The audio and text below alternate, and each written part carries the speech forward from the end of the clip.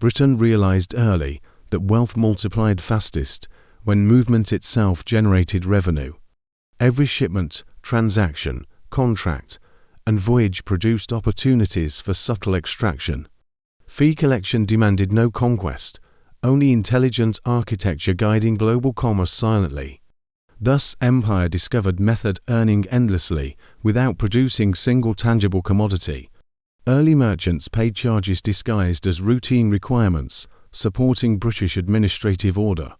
Small costs accumulated, creating massive income, sustaining London's expanding financial ecosystem. Foreign traders accepted fees, believing them standard practice across international trading networks. But Britain designed system, ensuring empire profited from every commercial interaction globally. Port masters implemented docking fees, adjusting values according to ship nationality. Foreign vessels always paid slightly more, reinforcing hierarchy, benefiting domestic industry. Difference appeared harmless, but scaled enormously across continuous maritime traffic worldwide. Fee empire began forming gradually, through innocuous maritime regulations appearing universally reasonable. Lighthouse dues charged ships for safety, navigating unpredictable coastal waters effectively. Britain controlled lighthouse infrastructure, guaranteeing global fleets relied on imperial navigation. Every vessel approaching British waters contributed revenue, sustaining empire continuously. Fee empire expanded through essential services, disguised as maritime humanitarian obligation. Warehousing stations located across empire stored foreign cargo awaiting re-export internationally. Rent charged daily regardless of duration, increasing profits with minimal operational expense. British merchants received preferred treatment, reducing storage cost, significantly benefiting domestic commerce. Fee empire generated wealth through logistical necessities foreign traders never questioned whatsoever. Customs officials categorized goods using complex systems, determining exact duty calculations. Classification strategically influenced cost, always favoring British exporters over foreign competitors. Foreign traders paid additional duties, integrated subtly into long-standing bureaucratic procedures. Fee empire used complexity as weapon, ensuring empire collected revenue predictably. Insurance charges assessed by Lloyd's determined cost of transporting goods globally. Higher premiums applied to foreign cargo, increasing financial pressure across multiple voyages. British shipments insured cheaply, enabling traders remain competitive within international markets. Fee empire embedded itself within risk assessment algorithms, shaping global maritime behavior. Exchange fees charged during currency conversions enriched British banks silently and consistently. Every conversion required percentage skim, funneling funds into London's financial centre. Foreigners saw exchange as routine, unaware Britain engineered profit from repetition. Fee empire converted movement between currencies into reliable imperial revenue stream. Harbour permits required renewal, ensuring annual payment from global fleets continually. Renewal fees small, individually multiplied massively due to global maritime participation. British authorities maintained strict oversight, guaranteeing uninterrupted income across decades internationally. Fee empire thrived on routine compliance, accepted universally, without critical examination. Legal filing fees charged inside London courts affected international commercial disputes regularly.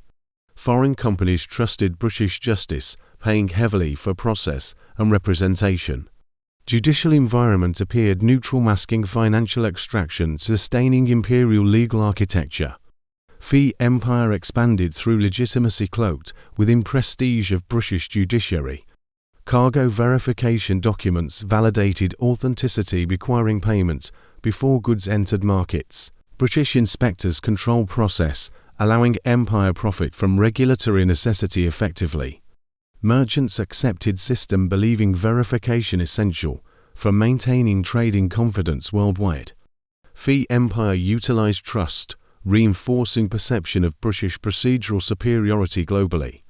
Navigation certificates issued by British authorities allowed ships access to major ports. Certificates required frequent updates, generating reliable income from global shipping networks. Foreign fleets complied, understanding British certification enhanced credibility internationally. Fee Empire embedded certification within maritime identity, shaping global trade pathways. Telegraph messages transmitted through British cables caused traders substantial daily fees. Speed essential for commerce compelled merchants pay premiums, supporting imperial communication infrastructure. British companies dominated routes, ensuring world paid empire for rapid information. Fee Empire harnessed communication necessity, transforming distance into profitable financial commodity. International traders required British brokers to negotiate safe passage through complex markets. Brokers charged commission rates, granting Britain indirect influence over global transactions. British mediation perceived essential, reinforcing dependence upon imperial commercial expertise. Fee Empire expanded through intermediation, becoming unavoidable in global trading operations. Consular fees applied when foreign traders required documentation abroad for legal protection. British consulates operated worldwide, turning safety requests into revenue channels. Fees disguised as administrative formality enriched empire through diplomatic influence. Fee Empire utilized consular network, converting governance into quiet financial extraction. Re-export licensing required foreign goods pass through British approval before redistribution. Licenses carried charges, enabling Britain profit without touching physical merchandise. Foreign economies relied heavily on London's validation before accessing distant markets. Fee Empire monetized authority, ensuring Britain stood between every global transaction. British rail networks charged access fees for transporting colonial goods inland. Producers forced absorb additional cost, reducing domestic profit margins significantly. British traders benefited as goods arrived cheaper, supporting imperial commercial advantage. Fee Empire structured logistics pathways, guaranteeing money flowed to London predictably. Foreign debt issuance required British underwriting, creating commissions, benefiting London's bankers. Underwriters collected fees simply for guaranteeing bonds sold to international investors. Nations paid Britain before receiving funds meant for their development. Fee Empire built prosperity through financial architecture independent of physical labor. Shipping manifests authenticated in British ports incurred stamping fees routinely. Authentication vital for avoiding legal challenges upon reaching destination markets globally. Foreign merchants paid willingly, valuing predictability over cost concerns consistently. Fee Empire grew through ritualistic documentation, accepted blindly across maritime world. Marine chart updates mandatory for ships, demanded payment for each new edition. Britain controlled chart publication, ensuring dependency for accurate and safe navigation. Foreign fleets purchased updates, annually generating guaranteed recurring revenue streams. Fee Empire monetized knowledge, turning navigation information into profitable intellectual property. Colonial administrative offices charged permission fees for land usage rights.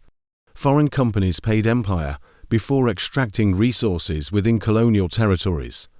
Payment granted legitimacy, enforcing imperial authority across local economic landscapes. Fee Empire integrated taxation with governance, shaping exploitation without explicit coercion. Foreign laborers joining British ships paid registration fees for employment eligibility. Registration legitimized labor status, binding workers financially to British maritime systems. Labor mobility taxed, quietly enriching empire through global workforce dependence. Fee Empire turned employment into monetized gateway, controlling international labor flow. Dock usage charges increased at peak trading seasons, maximizing British profit extraction. Foreign captains paid higher rates due to crowded entry conditions seasonally. British vessels prioritized reducing cost, while foreign fleets paid fixed surcharges. Fee Empire manipulated timing, outperforming rivals through strategic seasonal pricing. Commodity trading houses in London applied transaction fees on every exchange. Foreign producers lost revenue due to intermediaries siphoning value from trade. London became centre profiting automatically from global commodity movement annually. Fee Empire dominated through aggregation, controlling world's commodity valuations decisively. British accountants charged auditing fees to verify financial statements of global corporations. Audits mandatory for investor confidence, increasing reliance on British oversight. Corporations paid to maintain credibility shaped by imperial accounting standards. Fee Empire exported compliance, demanding payment for international financial legitimacy. Banks processing letters of credit imposed administrative charges automatically.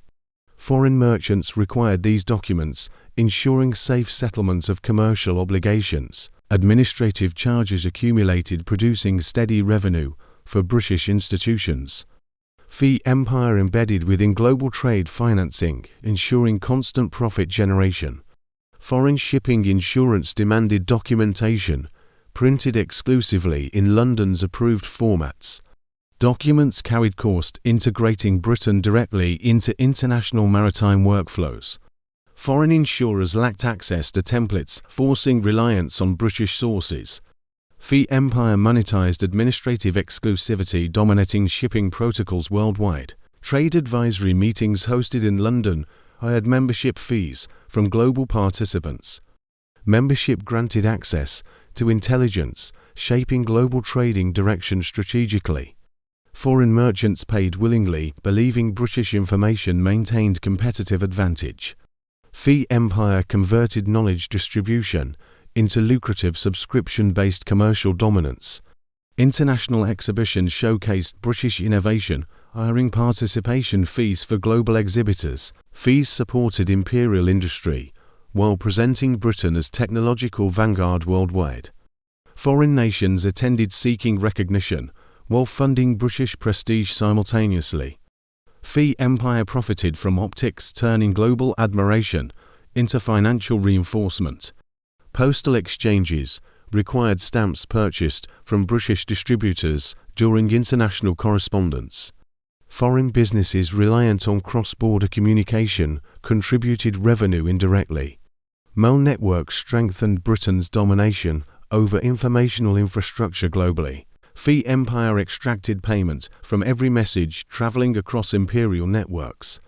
Thus, Britain perfected system, profiting from flow rather than production entirely. Fees transformed world economy into reservoir, feeding British financial ascendancy continuously. Empires once built through territory, constructed through transactional inevitability.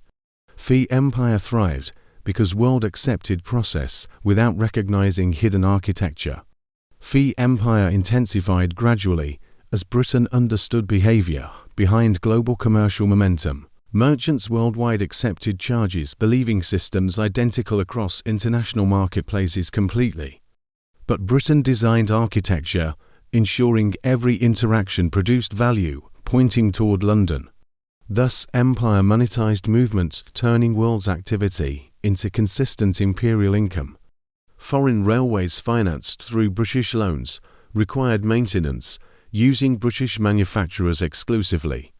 Maintenance contracts charged annual fees, locking borrowers into perpetual dependency structures. British regulators approved machinery standards, preventing local alternatives from achieving certification.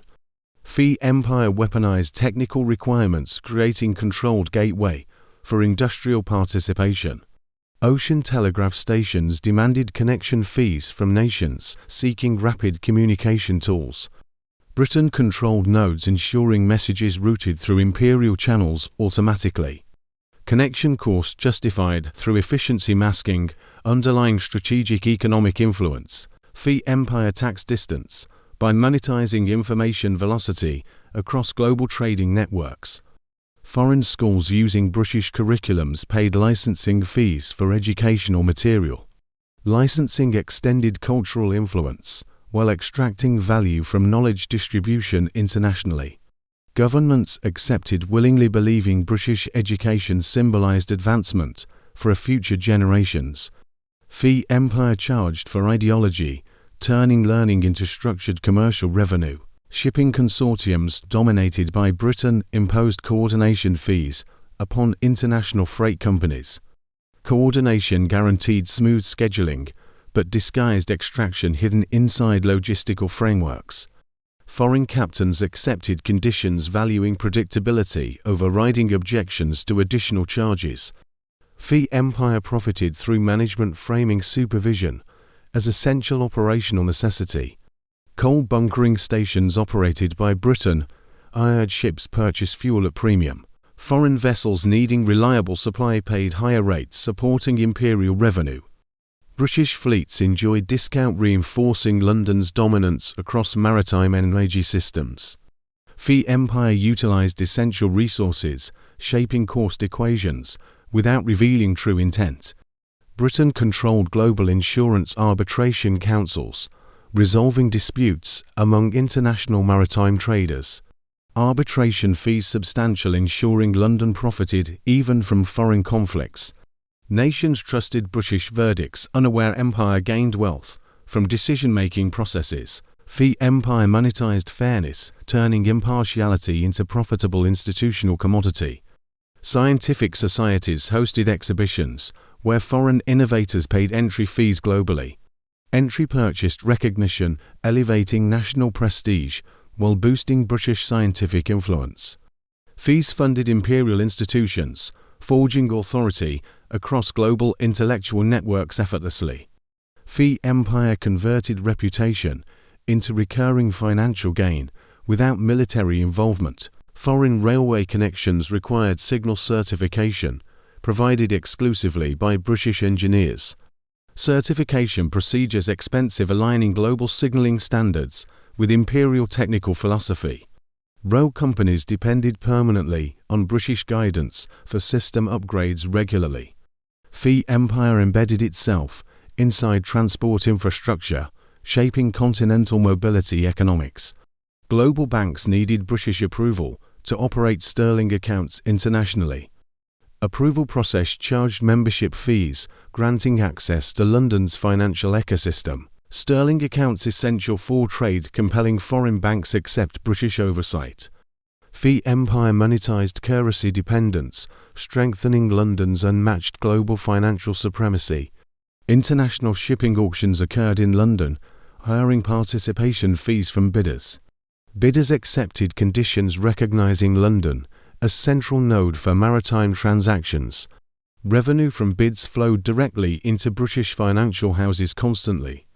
Fee Empire controlled opportunity, forcing world engage with London's platforms continually. Diplomatic protection services required foreign travellers pay consular fees regularly abroad. Travellers valued security granted through British authority during hostile international conditions. Protection framed as necessity in economic extraction, hidden beneath diplomatic courtesy. Fee Empire profited from vulnerability, turning safety into dependable economic assets. Foreign companies transporting goods through British canals paid fixed transit charges. Charges designed subtly increasing cost for specific cargo types intentionally. British traders navigated canals cheaper, reinforcing London's competitive maritime advantage. Fee Empire embedded itself within engineered waterways, controlling flow of wealth. Foreign exchange boards used British reference rates, requiring subscription for daily access. Access vital for pricing goods accurately across changing international conditions hourly. Merchants subscribed willingly, unaware Britain monetized underlying knowledge distribution. Fee Empire turned information into ritualized payment, dictated by market heartbeat. Shipping flags registered in Britain ensured cheaper insurance, attracting global fleet participation. Registration carried recurring administrative fees, producing predictable imperial revenue. Foreign vessels adopted British flags, gaining prestige while strengthening London's influence. Fee Empire embedded identity within commercial flag systems shaping geopolitical imagery. Foreign ports required training from British experts to achieve international operational certification, training expensive, ensuring dependency on British maritime knowledge, enduring across generations. Certified ports handled global cargo, granting Britain influence over entire supply chains. Fee Empire monetized expertise, transforming imperial know-how into perpetual global requirement. Natural resource extraction companies negotiated rights through British-administered licensing offices globally. Licensing fees substantial, permitting companies exploit mineral reserves under imperial oversight. British officials reviewed operations, ensuring compliance aligned with strategic economic interests. Fee Empire converted natural wealth into structured payments, supporting imperial continuity. Foreign ministries relying on British consultants for economic planning paid advisory fees. Consultants shaped long-term policy, creating alignment with British financial architecture. Governments valued imported expertise, embedding imperial influence into domestic decision-making. Fee Empire monetized guidance, turning governance itself into profitable international commodity. Financial newspapers published British shipping prices, requiring subscription across worldwide exchanges. Foreign traders dependent on accurate figures paid subscription fees regularly. Information shaped global commodity futures, reinforcing British authority over market psychology. Fee Empire captured influence by converting global curiosity into financial commitment. British patent offices charged registration fees for foreign inventors, protecting global innovation. Inventors sought recognition, believing British enforcement preserved commercial interests universally. Fees accumulated through worldwide creativity, bolstering imperial intellectual property dominance. Fee Empire monetized innovation, solidifying empire's role in shaping technological direction. Foreign leaders attending conferences in Britain paid participation charges, symbolizing inclusion. Conferences established global policy frameworks, aligning world with imperial preference subtly. Nations funded empire, while agreeing to structures, shaping future economic behavior. Fee Empire monetized diplomacy, turning inclusivity into economically strategic instruments. Shipping companies required British health inspectors certify vessel sanitation before voyages began. Certification prevented disease spread, but demanded substantial fees from foreign fleets. British vessels certified quickly, emphasizing bias hidden within procedural routine. Fee Empire profited through safety regulation, cloaked in public health credibility. Customs clearance for foreign merchants required inspection stamps purchased individually per shipment. Many stamps needed for complex cargo, producing escalating costs across transactions. British merchants used simplified clearances, reducing financial burden considerably. Fee Empire utilized bureaucracy, effectively funneling wealth from complexity of global trade. Surveying teams mapping international borders required British oversight due to technical reputation. Oversight incurred fees payable before documentation accepted by global institutions. Foreign governments legitimized boundaries by paying empire for technical verification. Fee Empire monetized spatial authority, embedding influence across continental frontiers. Foreign steamship companies using British dry docks paid maintenance fees annually. Dry docks essential for repairs, guaranteeing consistent revenue independent of politics. British facilities became compulsory infrastructure, central to global maritime operations. Fee Empire monetized necessity, turning engineering into unavoidable fiscal obligation. Insurance firms abroad relied on London reinsurance, demanding recurring premium-based payments internationally. Reinsurance protected companies transferring risk to imperial financial institutions reliably. Premium flow enriched Britain, while foreign firms carried customer-facing responsibilities. Fee Empire monetized risk management, dominating financial safety nets worldwide. Foreign colleges adopting British degree structures paid accreditation fees regularly. Accreditation ensured graduates recognized across global academic and professional systems. Colleges gained prestige, while empire profited through educational validation processes. The empire turned legitimacy into commodity in international intellectual hierarchy. After centuries, Britain perfected art profiting from world's motion itself. The empire shaped global economy more profoundly than territorial conquest ever achieved. World participated willingly, believing fees reflected natural course of commerce, but Britain engineered system ensuring revenue flowed inward regardless of direction. If this story changed how you see global transactions, remember, empires survive longest through systems, not swords. Subscribe for more hidden histories beneath the world's money flows. Because the next fee is already being written somewhere.